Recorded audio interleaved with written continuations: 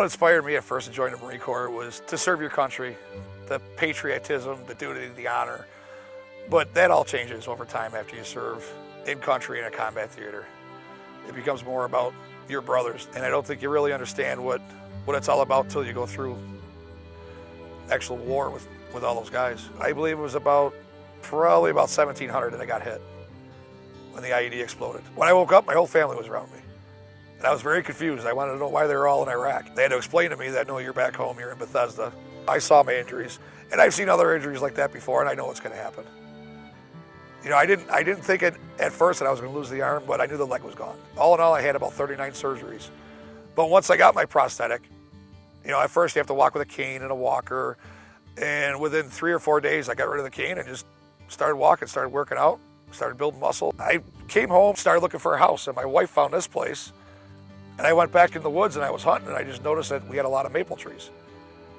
So I just got an idea, let's start tapping some maple trees and see if we can make some syrup.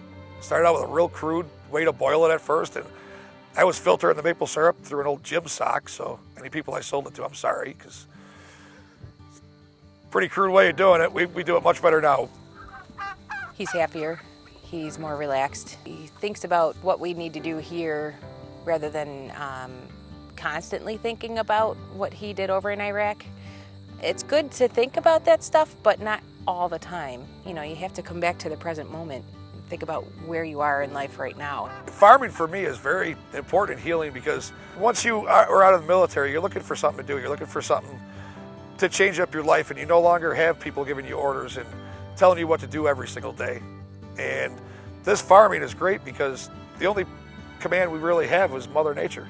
She tells us what to do, when to do it. She lets us harvest as much as she'll give us, and that's about it. Grants are very important because, as you know, a lot of times medical benefits and VA benefits don't kick in within a year. So these grants actually allow you to start a business, start a farming business like this or a syrup business like this, and start actually making a little more money than you actually would just living off a disability and VA benefits. The grant we received came from the Woodruff Foundation and the Farmer Veteran Coalition. And it allowed us to buy an evaporator, which are very expensive piece of gear. They're all stainless steel, they're all food grade. And they're only meant for one thing, is to make maple syrup. So it's very specialized.